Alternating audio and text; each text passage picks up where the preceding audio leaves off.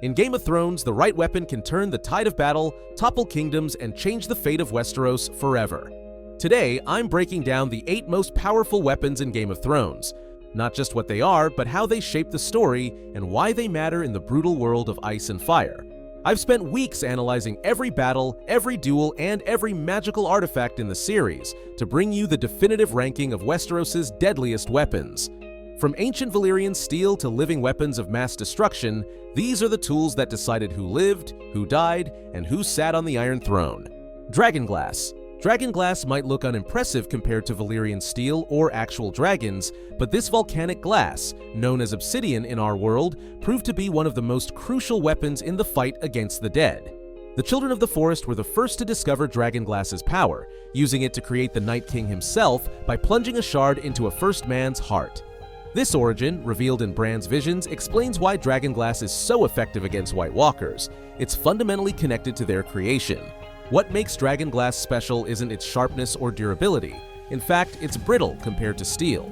Its power comes from its magical properties. When Sam Tarly kills a White Walker with a Dragonglass dagger in Season 3, the creature doesn't just die, it shatters into ice, as if the very magic holding it together is undone. This discovery changes everything, giving humanity its first real weapon against the seemingly unstoppable army of the dead. The most significant moment for Dragonglass comes in Season 7, when Jon Snow convinces Daenerys to let him mine the massive Dragonglass deposits beneath Dragonstone. This decision not only provides the material for thousands of weapons, but also brings Jon and Daenerys together, setting up their alliance and eventual romance. By the Battle of Winterfell, every fighter is equipped with Dragonglass in some form: arrows, spear tips, daggers, even Dragonglass-studded clubs for fighters like the Hound. Without this mass production of Dragonglass weapons, humanity would have had no chance against the Night King's forces. What's fascinating about Dragonglass is how it represents the rediscovery of ancient knowledge. The maesters and lords of Westeros had dismissed it as merely decorative, forgetting its true purpose.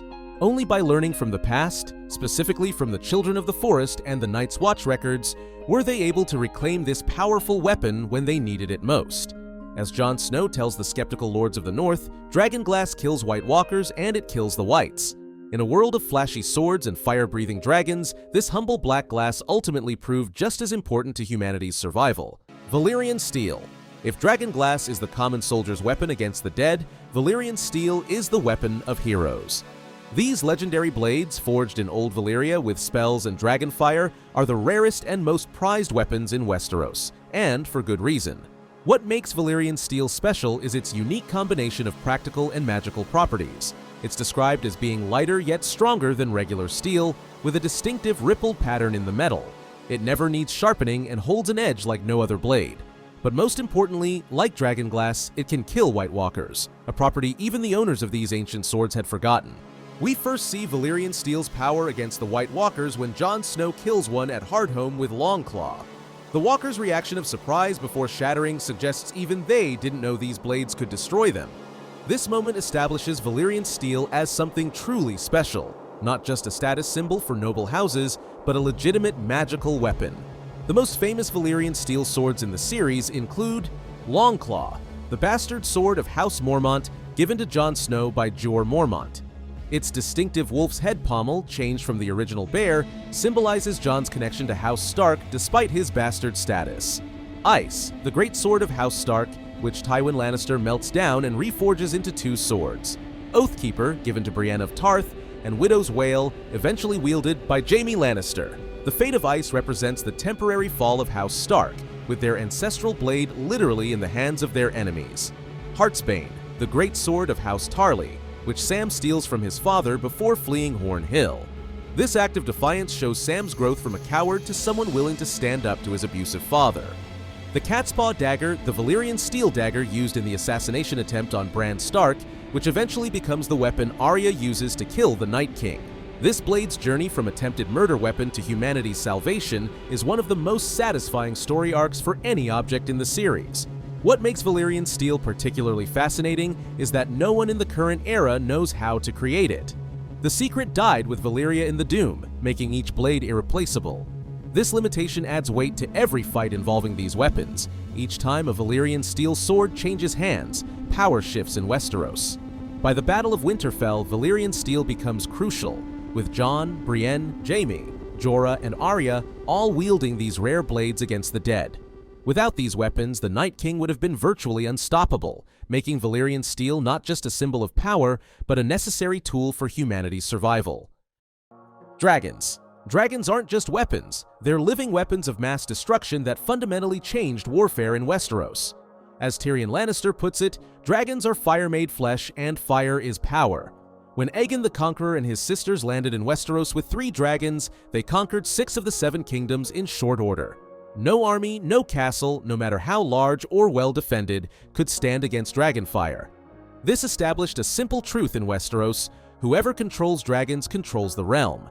By the time of Game of Thrones, dragons had been extinct for over a century, shifting from world-changing weapons to mere legends. That changes when Daenerys Targaryen hatches 3 dragon eggs at the end of Season 1, a moment that fundamentally alters the balance of power in the story. What makes dragons so devastating isn't just their ability to breathe fire, but their mobility and intelligence. They can attack from above, beyond the reach of conventional weapons, and they can target exactly what their rider wants destroyed. We see this in the Loot Train attack, where Daenerys and Drogon precisely target the Lannister forces while leaving the supplies intact. Dragons grow throughout the series, becoming more powerful with age. By Season 8, Drogon is large enough to destroy the entire Red Keep in minutes. This escalating power mirrors Daenerys' own journey from exiled princess to conquering queen. The most significant dragon moments include the birth of Drogon, Rhaegal, and Viserion from petrified eggs, establishing Daenerys as the Mother of Dragons and giving her a power no other claimant to the throne possesses. The destruction of the Slavers' fleet in Meereen, demonstrating that even a young dragon can be a game-changing weapon in naval warfare. The death and resurrection of Viserion by the Night King, creating an ice dragon capable of destroying the Wall, a terrifying perversion of these already fearsome weapons. The destruction of King's Landing by Drogon, showing the full devastating potential of a mature dragon when used without restraint. What makes dragons particularly interesting as weapons is their bond with their riders. They aren't just tools, they're intelligent creatures with their own personalities who form deep connections with Targaryens. This makes them more unpredictable and more powerful than conventional weapons, as they can act independently if their rider is threatened. By the end of the series, with 2 dragons dead and Drogon flying east with Daenerys' body, the Age of Dragons appears to be ending once again. But their impact on the story cannot be overstated. Without dragons, Daenerys would never have conquered Westeros. The Night King would never have breached the Wall, and the entire political landscape would have been dramatically different. Wildfire. If dragons are nature's weapons of mass destruction, wildfire is man's attempt to create something equally devastating. This volatile green liquid, created by the Alchemists Guild, burns hotter than regular fire, can't be extinguished with water, and can burn for days. Wildfire represents the dangerous intersection of science and magic in Westeros. The pyromancers claim it's created through magical spells, while others suggest it's merely clever alchemy. Whatever its origin, its effects are undeniable. When ignited, it creates an explosion of emerald flame that can consume everything in its path. The most significant uses of wildfire in the series include the Battle of the Blackwater, where Tyrion uses a massive cache to destroy Stannis Baratheon's fleet. The haunting green glow illuminating the faces of the defenders on the walls creates one of the most visually striking battle scenes in the series. Cersei's destruction of the Sept of Baelor, using wildfire stored beneath the building to eliminate all her enemies at once, including the High Sparrow, Margaery Tyrell, and many other nobles. This single act changes the political landscape of King's Landing instantly. The burning of the Tower of the Hand by Cersei, a smaller but symbolic use that foreshadows her later, larger-scale destruction. What makes wildfire particularly terrifying is its indiscriminate nature. Unlike a sword that can be precisely aimed, or even a dragon that can be directed, wildfire, once ignited, destroys everything it touches.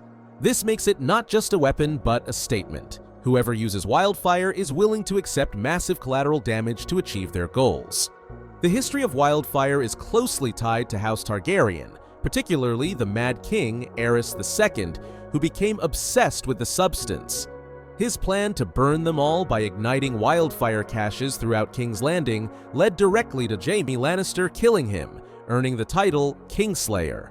This historical connection makes Cersei's later use of wildfire particularly ironic. She becomes what Jaime sacrificed his honor to prevent. By the later seasons, wildfire represents the destructive potential of human ingenuity when divorced from morality. It's a weapon that allows those without dragons or Valyrian Steel to still wield devastating power, changing the rules of engagement in Westeros' constant power struggles. The Night King's Javelin. Sometimes the most powerful weapon isn't the most obvious. The Night King's Ice Javelin might seem simple compared to dragons or Wildfire, but its effectiveness against Daenerys' dragons made it one of the most consequential weapons in the series. We first see this weapon in action during the mission Beyond the Wall in Season 7. As Daenerys arrives with her dragons to rescue Jon and his companions, the Night King calmly takes aim and hurls his ice spear with superhuman strength and accuracy, striking Viserion in mid-flight. The dragon crashes into the frozen lake, bleeding out before being dragged from the depths and resurrected as an undead ice dragon. What makes this weapon so significant isn't its construction, but who wields it. In the hands of the Night King, a simple spear becomes capable of killing a dragon, something that armies with conventional weapons had failed to do for centuries. This demonstrates that the Night King isn't just a powerful enemy because of his army of the dead, but because of his own personal abilities. The consequences of this single throw are enormous. With an undead dragon under his control, the Night King gains the power to destroy the Wall, the ancient magical barrier that had protected the realms of men for thousands of years. This one weapon use fundamentally changes the entire conflict, allowing the army of the dead to invade Westeros proper. The Javelin also represents a crucial power shift in the story. Before this moment, Daenerys' dragons seemed unstoppable, giving her an insurmountable advantage in any conflict. The Night King's ability to kill a dragon with a single throw suddenly makes her vulnerable, adding tension to the coming battles. Interestingly, this weapon is never named or extensively described in the show. It's simply an ice spear that the Night King seems able to create at will. This mysterious quality adds to its impact. Unlike Valyrian Steel or Wildfire, which have established histories and limitations, the full capabilities of the Night King's weapons remain unknown, making them all the more terrifying. Aryas Faces. Not all weapons in Game of Thrones are made of steel or fire. Some of the most effective are more subtle, like the collection of faces Arya Stark uses after her training with the Faceless Men.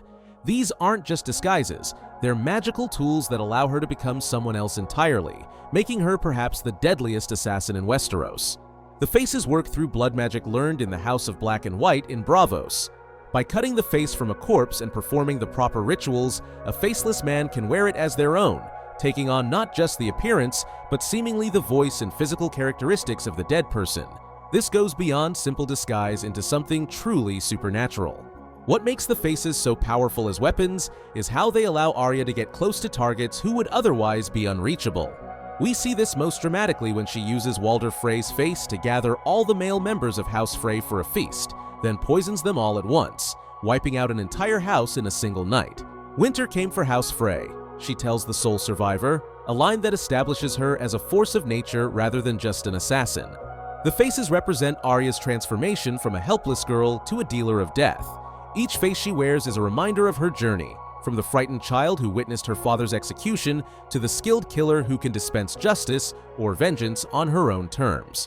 The most significant uses of the faces include killing Walder Frey and then eliminating his entire house, avenging the Red Wedding, infiltrating Winterfell as a servant to assess Littlefinger's schemes before executing him, potentially using a White Walker's face to get close enough to the Night King for her killing blow, though this is never explicitly confirmed. What makes the faces particularly interesting as weapons is their psychological impact. When Arya reveals to Sansa that she has a bag of faces and could even take her sister's face if she wanted, it creates one of the most unsettling moments in the series. The faces aren't just tools for killing, they're symbols of how far Arya has traveled from her Stark identity. By the end of the series, Arya chooses to leave Westeros entirely, sailing west where the maps end. But she takes with her the skills of the Faceless Men, if not the actual faces. This training, the ability to become no one when necessary, remains her most powerful weapon, more valuable than any sword or dagger.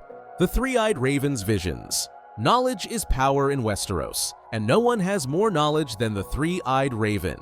Bran Stark's ability to see past, present, and glimpses of the future makes him one of the most powerful figures in the Game of Thrones, wielding information as a weapon more devastating than any blade. The Three-Eyed Raven's powers come from the old magic of the Children of the Forest, connected to the weirwood trees with their carved faces. Through these trees, Bran can witness any event that has ever happened, anywhere in the world.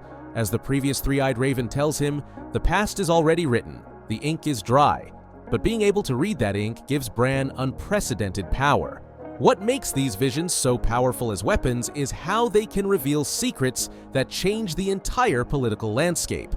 The most significant example is Bran's discovery of Jon Snow's true parentage, that he is not Ned Stark's bastard, but the legitimate son of Rhaegar Targaryen and Lyanna Stark, making him the rightful heir to the Iron Throne. This revelation drives a wedge between Jon and Daenerys, contributing to the tragic events of the final season. The visions also allow Bran to expose other secrets, like Littlefinger's betrayal of Ned Stark. When combined with Arya's training and Sansa's political acumen, this knowledge allows the Stark siblings to turn the tables on one of the most manipulative players in the game, leading to Littlefinger's execution. Beyond revealing secrets, Bran's visions give him strategic advantages in the war against the Night King. He knows the White Walkers' origin, understands their motivations, and can track their movements. This knowledge proves crucial in the Battle of Winterfell, where Bran serves as bait to draw out the Night King, knowing the ancient enemy's desire to erase the world's memory, which Bran himself represents. What makes the Three-Eyed Raven's visions particularly interesting as weapons is their double-edged nature. Knowledge can save lives, but it can also destroy them.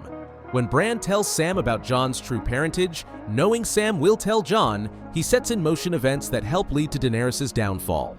As Bran himself says, chaos is a ladder, echoing Littlefinger's philosophy while using similar manipulation tactics, just with different goals.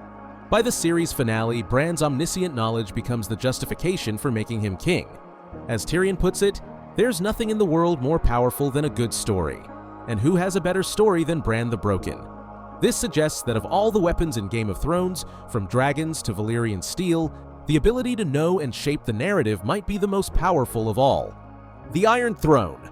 The Iron Throne itself is the final weapon we'll examine, not because it can be wielded in battle, but because it kills more effectively than any sword. Made from the melted, twisted swords of Aegon the Conqueror's defeated enemies, the throne is both a symbol of power and a weapon that destroys those who sit upon it. Physically, the throne is imposing and dangerous. As described in the books and shown in the series, it's an asymmetrical monstrosity of sharp edges and twisted metal. Aegon the Conqueror deliberately made it uncomfortable, believing a king should never sit easy. The throne literally cuts those it deems unworthy. When King Joffrey cuts himself on it, Cersei calls it another king who cut himself on the Iron Throne, suggesting this has happened before. But the throne's real power as a weapon is psychological and political. The desire to possess it drives people to commit terrible acts. It corrupts even the most well-intentioned rulers. And it creates a target that makes its occupant vulnerable to countless enemies. Throughout the series, we see how the throne destroys those who possess it or desire it.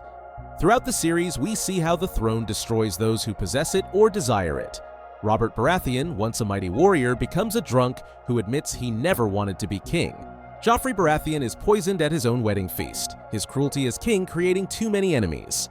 Tommen Baratheon commits suicide after witnessing the destruction his mother causes to maintain her grip on power.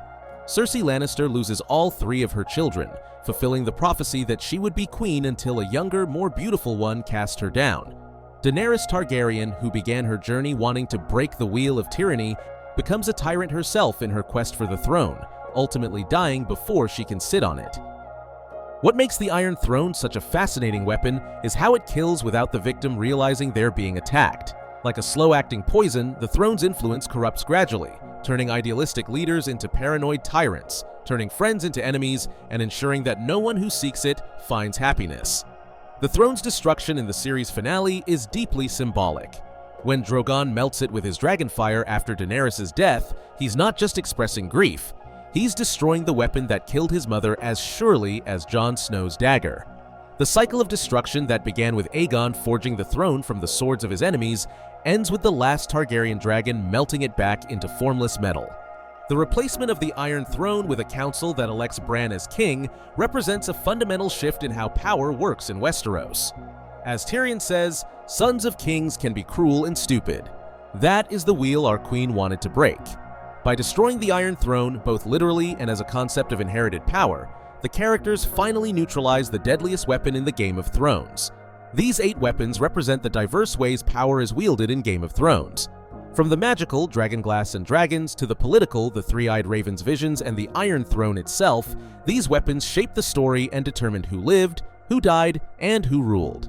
What makes Game of Thrones' approach to weapons so compelling is how they're never just tools.